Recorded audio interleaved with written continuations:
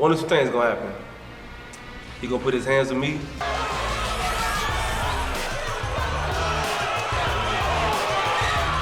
I'm gonna put my hands on him.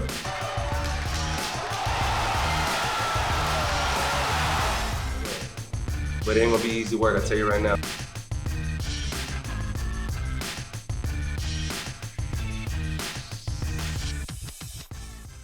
When you sit down and you think about a fighter, you think about how do you know you have a world champion? How do you know you're training a world champion? If I had to put it together, it's three things that you gotta know. Now these three things, you don't want to ask these questions, but they must be asked. One, how is he gonna do when he gets cut?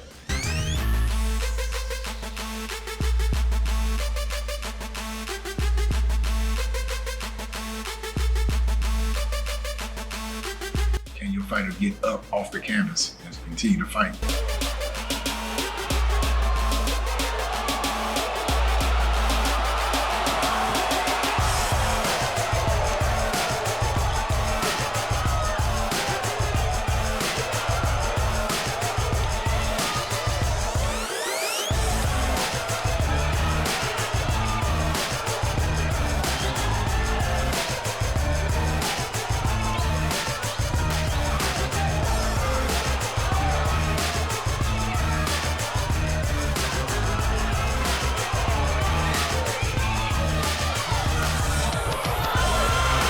Can your fighter go in the backyard in a very hostile environment and win?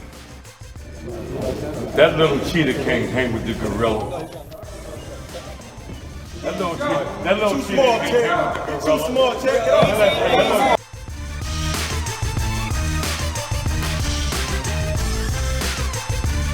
Kalvin's already done these things. This is just an opportunity for us to show the world what we already know.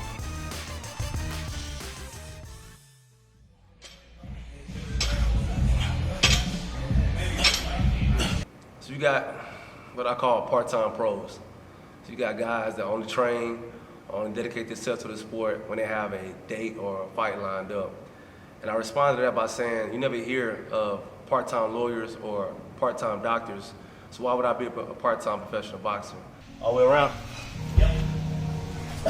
Anyway. This one not out right here, boy. So I train and I stay in the gym all year long. I mean, my second job is teaching classes in a boxing gym. I literally in the gym almost every day of my life. And so I have no choice but to stay in shape, eat right, make good choices, and take my job seriously, because once again, I'm feeding my family with this. This is what I do better than anything else in the world. Why wouldn't I do it all the time? Oh, he got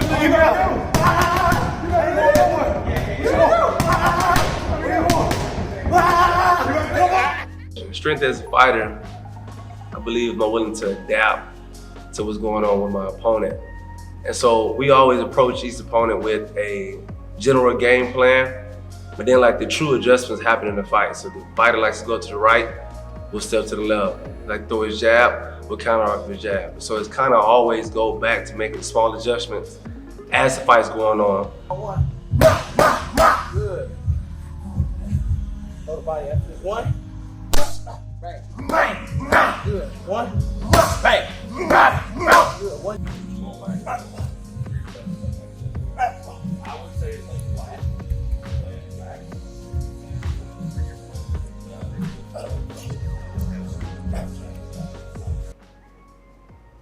Real quick, talk about being a dad and a husband.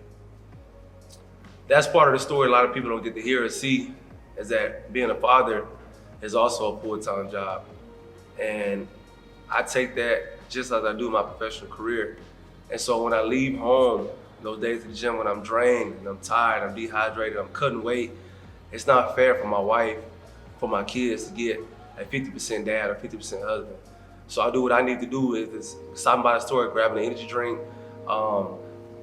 pep talking myself in the driveway if I get in there, whatever needs to be done, go in there and make sure they get the same energy and the same respect and the same dad and husband that they deserve.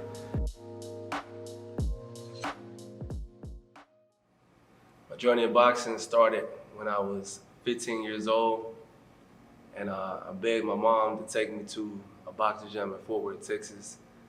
And of course she said no at first. And so I had to find different ways to make it happen. I bought a DVD from a local Walmart that I studied on my own and practiced. And I was actually hitting an old mattress in my garage, back and forward. And she came outside and saw me hitting the mattress, and she finally decided to take me to a boxing gym. And it's been history ever since. My parents never let me do a contact sport because they was afraid that me and my brothers was gonna fight each other and use it at the house and break holes in the walls and stuff like that. Out of high school, of course, every young kid that starts in the sport of boxing wants to turn pro. Initially, I think I was 17 years old when I graduated, 16 years old when I graduated high school. And I told my mother that I wanted to stay and train in boxing and then eventually turn professional. And she looked at me like I was crazy. And so my mom kind of preached to me, got an idea in my head about having a backup plan about what if boxing doesn't work. And so I've been in band and music since I was 6 years old. And so I decided to pursue music. And so I went and looked at different colleges to try out for and audition for. And a good friend of mine also went to high school with me. He had a pamphlet for the University of Arkansas. Never even heard of Arkansas. Anybody I knew didn't go to Arkansas. And so him and I both went out there, auditioned, and they offered me the full amount of scholarship with in-state tuition to be a music education major at the university. I was a percussion music emphasis, and I was in the percussion studio at the University of Arkansas, studying under Dr. or Professor Charlie Ragsdale, and had a whole recital. I played from marimba to keyboard to tambourine, triangle, snare drum, and the drum line, drum set for the hard wild band. It was just everything percussion-wise, I was engulfed in it. And I like to say I went from beating on drums to beating on faces now. Music, everything has its own pocket, its own timing, its own syncopation, its own rhythm. And when it comes to boxing, all that kind of goes on in my head. Like when I first started boxing and my coach first showed me the speed bag, it came natural because I thought about triplets, which is in threes, in music. And so everything to the rhythm of the punches, to the syncopation of the footwork, to the in and out, the slipping and dipping, it all relates back to music and it all just correlates everything to me. And it's one of those weird things you never think, music and boxing, but music is in everything we do.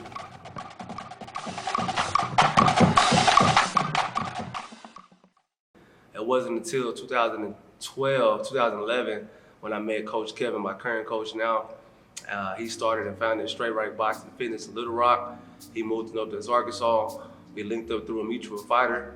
And when I first met him and just listened to the way he coached and teach and the way he broke down different fundamentals and philosophies and stuff, I knew this would be the one to take me to the top. You want to go home? Yeah. You want to go home? You got to sing him home. We've been working on it. When you look back at a little bit of my history, I had the opportunity to train Jermaine Taylor, for the amateurs going on to his first pro fight. DJ Flores, Oscar Cantu. Of course, I didn't get probably the credit for that. I've been doing this for a long time. I'm very choosy on the people that I decide to train. Kalvin is kind of like that second win in life as far as being able to pour into somebody the knowledge that I have to give and for him to get it and understand it. So of course I had a base in Fort Worth, Texas when I started out boxing and had some raw talent, raw experience. I believe when I met Kevin, Coach Kevin, I had about 12 amateur fights. So I kind of had a good fundamental and good basic of fighting, period. And so when I met Kevin, he kind of introduced this whole new understanding of defense and then also counter-punching on top of that. And so it kind of put a rhyme and a reason behind what I do. And so when I was early starting out, I did things kind of just off of natural ability or things I seen or what I felt was natural. But then having the understanding on why I'm doing this or when to do it and how to do it, it changed the whole game. We worked and trained until I got to about 70, 75 amateur fights. I was actually ranked number 4 in the nation in my weight division, middleweight, as an amateur. And then we qualified for National Golden Glove. We competed in the Elite USA tournament, we fought in all the top tournaments you can think of, even fought for Team USA and WSB against international competition. So he took me from what I was a beginner to a well-polished championship fighter and to the professional ranks. and still kicking butt, taking names. And we kind of took that and kind of add my own sauce to it, and then we got hot sauce. That little kid can't hang with the gorilla. Too small, check it out. That little kid can't hang with the gorilla. You can't hang with that gorilla. Back, everyone back! Yeah. Knock his ass out the mall, B-Round. Knock his ass out the mall, B-Round. Back in the beginning of my career, when we first turned pro, we had the skill sets and the experience to be one of those standout amateurs that get these big signing bonus from top promoters. But we didn't go to the Olympic trials or the Olympics. And so that made things a little bit difficult, but we had the skill to be there, but not the financial backing. So it was hard to get fights with guys that we wanted to fight, but we had to take what we could take. So Kevin and I, we had this agreement.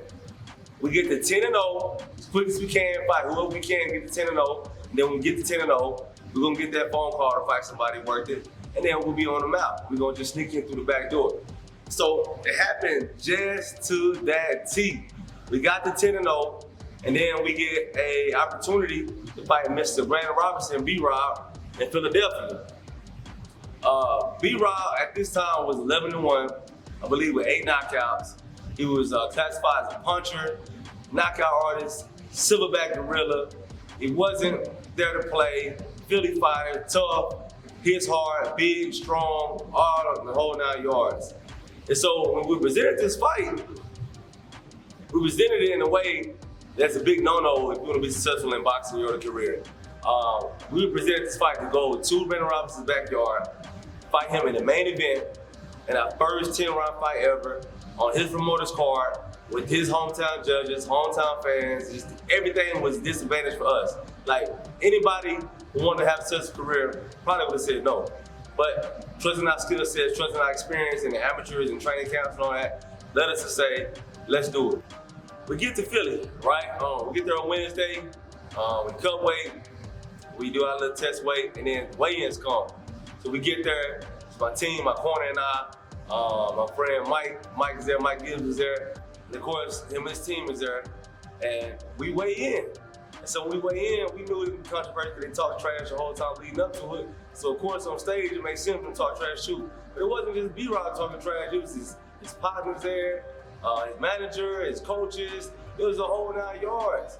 And so it was a hostile environment. We walk in, we there to fight, and then all the time we scared and we made a mistake and wait till I feel his power. Just a whole 9 yards. You on YouTube right now, by the way, and stuff.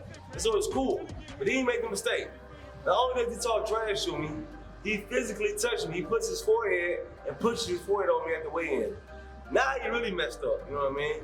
Because now I gotta hurt you now, you know what I mean? First it's business, now it's personal. Now I'm gonna personally hurt you now.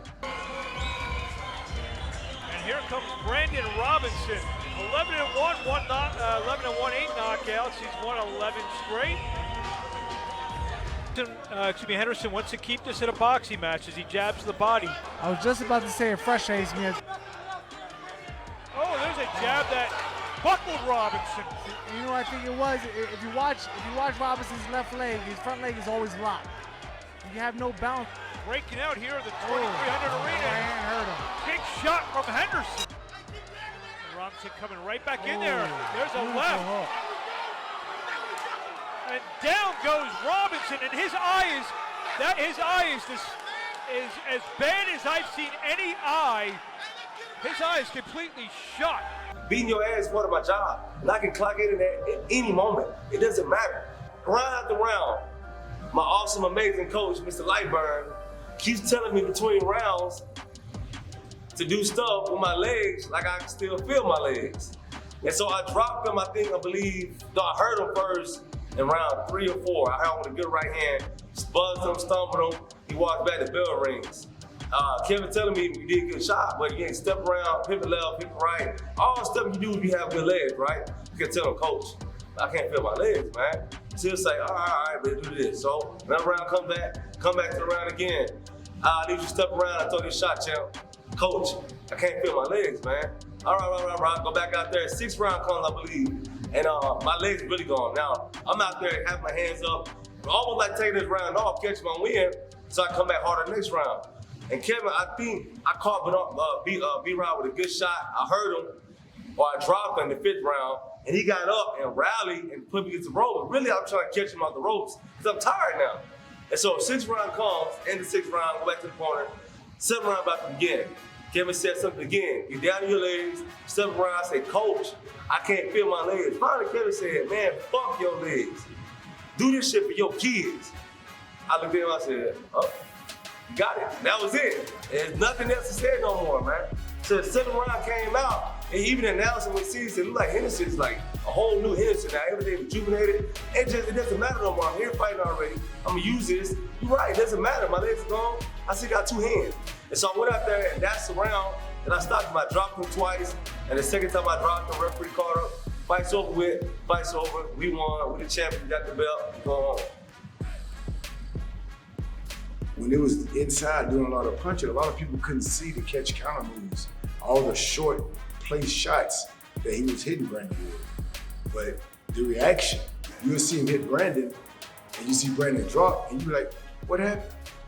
That's what they don't understand about punching.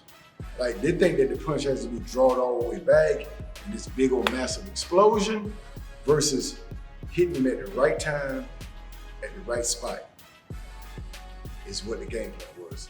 And we got to win. We started number 7.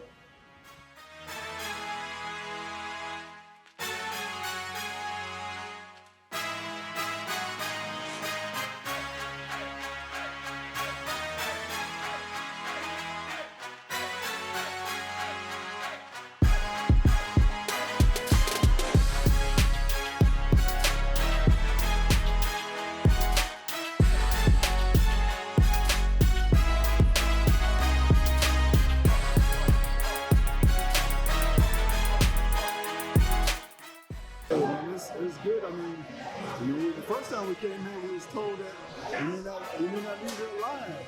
And now they're shaking our hands, man. They just show you how Jesus works.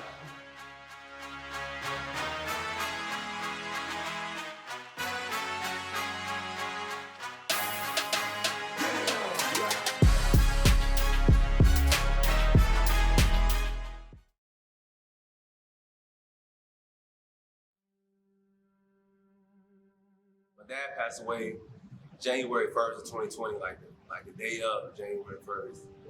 And you go through the emotions of losing your dad. I mean, it was really tough on my family. And one of the hardest part of being tough and being what's called a rock in the family is that people call and depend on you to vent and to share their emotions and how they feel about certain things to you. And you have to be strong for them and support them and make sure they're good. But then it turns to like, who do you vent to? Who do you cry to? And so that's one of the things about being strong is that you have to always be strong. And I struggle with that a little bit with my dad because, you know, that's my dad and here I am supportive of my family and everything, but I'm also hurting and feeling the emotions on the inside too, but I gotta kind of put that together and keep it tight while I support everybody else. And so I make it through that rough part, being there for my mom. It was a huge deal. I mean, it was a really sad occasion, and my whole family was distraught, and we all grieved, and I put my feelings and I held them in, but then I would find time where I'm by myself, like on a treadmill, or I remember coming to the gym early one morning by myself, and on the treadmill doing treadmill pushes, running and crying and sweating and everything, just by myself, just getting all out. And it was a really tough moment. And when the fight opportunity came with Kevin Newman on Showtime, it kind of lifted me up in my spirits a little bit. And so it kind of gave me something to focus my mindset on. It was like, all right, my dad died, I'm gonna focus all my energy and training camp and focus everything on beating this dude up and taking all that on him. And then when the retina stuff happened, the fight get canceled because I had to have emergency surgery, not only did those emotions come on, but then also my dad's death even hit me 2 times harder now. Because now I got nothing to do but to sit back and just think and reflect about everything going on in my life right now. And so I just had a draw. Never had a draw in my career. I had a draw in December 2019. My dad died January 1st. Here, the biggest platform in my career just got derailed because of emergency surgery. And not only because of that, but I also can't box. I can't work out for 2 weeks straight, like at all. I can't walk, I can't run, I can't jog, I can't do anything for 2 weeks straight. And I can't box or spar anything for 6 months. And so, I know you guys don't know me, but I work out 2 times a day, 6 days a week. So for me to go from working out twice a day, almost every day of the week, to go to absolutely nothing, like a complete pause, break, hit the brakes, it was devastating. And so before this, I mean, I knew of depression, I knew it was a real thing, but it was never real to me. How did y'all pick up the pieces after a world pandemic, Kalvin losing his father, wrist surgery, a crazy eye surgery that nobody ever thought that he was gonna come back from? How did you pick up the pieces and get back? Man, it's truly one step at a time. I mean, when Kalvin, as he went into these things, as he slowly came out of these things, it's a lot of trust. A lot of trust. When I say trust between him being honest with me about how his body's feeling, me being honest with him about how he's looking in practice. It's a lot of trust, you know, and it's one step at a time. You know, you can't make up for stuff. In other words, if you're training and you miss a day of running, you can't try to run extra that day to make up for it. So it's about taking one step at a time, making sure we're putting the correct pieces in order. So when we get to the next step, we're ready for that next step. And I think we've done that. I think we've done it really well.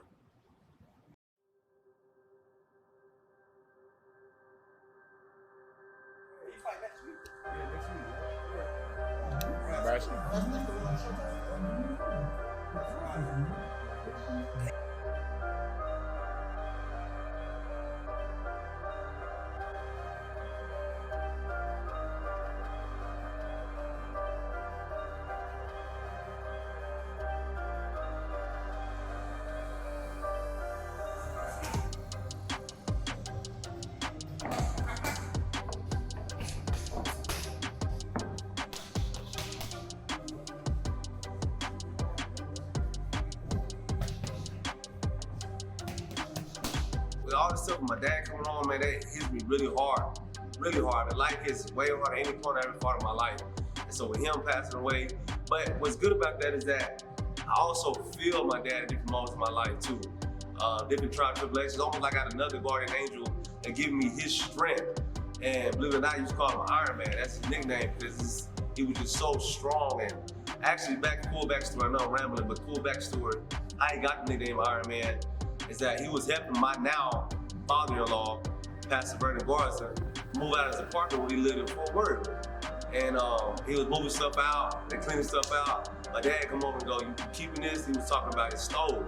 He was like, "Yeah, we keeping it, we moving that." My dad commenced to pick this stove up, and I'm told bare hand, and walks it downstairs by himself, no dolly, no back brace, downstairs, puts it in the moving truck. Come back upstairs and grabs the washer the same way, picks it up, walk downstairs. My father was like, "Bobby, if I ever get in a problem with you, I'm about to shoot you."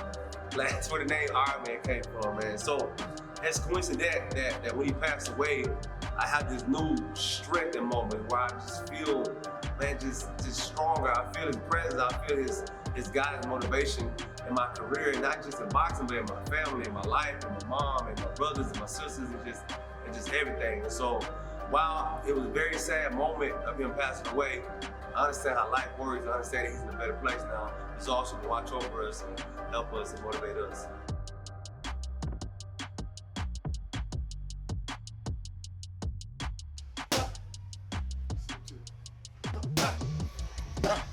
Hands up real good. Take away his jab. Maybe put it, because he will try to jab.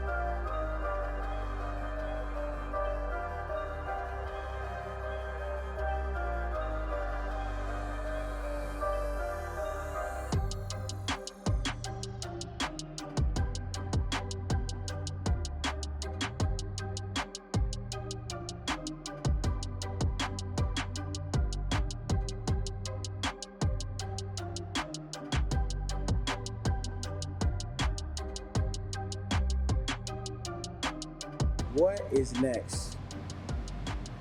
To the top if you win it, baby. No, man, the sky is limitless, man. When you have a great team behind you, you have a great attitude, great work ethic, and you believe in God, and you devote, dedicate yourself to everything you truly believe in, the sky is truly the limit. The dream only stops when you stop. And so I picture myself on top of the world, like right there with Straight Right there with Kevin right there, like song with me. Top of the world. I mean, like, our skill sets is undeniable. Our work ethic is unmatched. Like, we are here and ready to show the world what we were made of. We really like that. That's what we trying to show everybody. And so when you say what's next, I can't put my finger on what's next, but I do know we're going to the top. That's what I do know.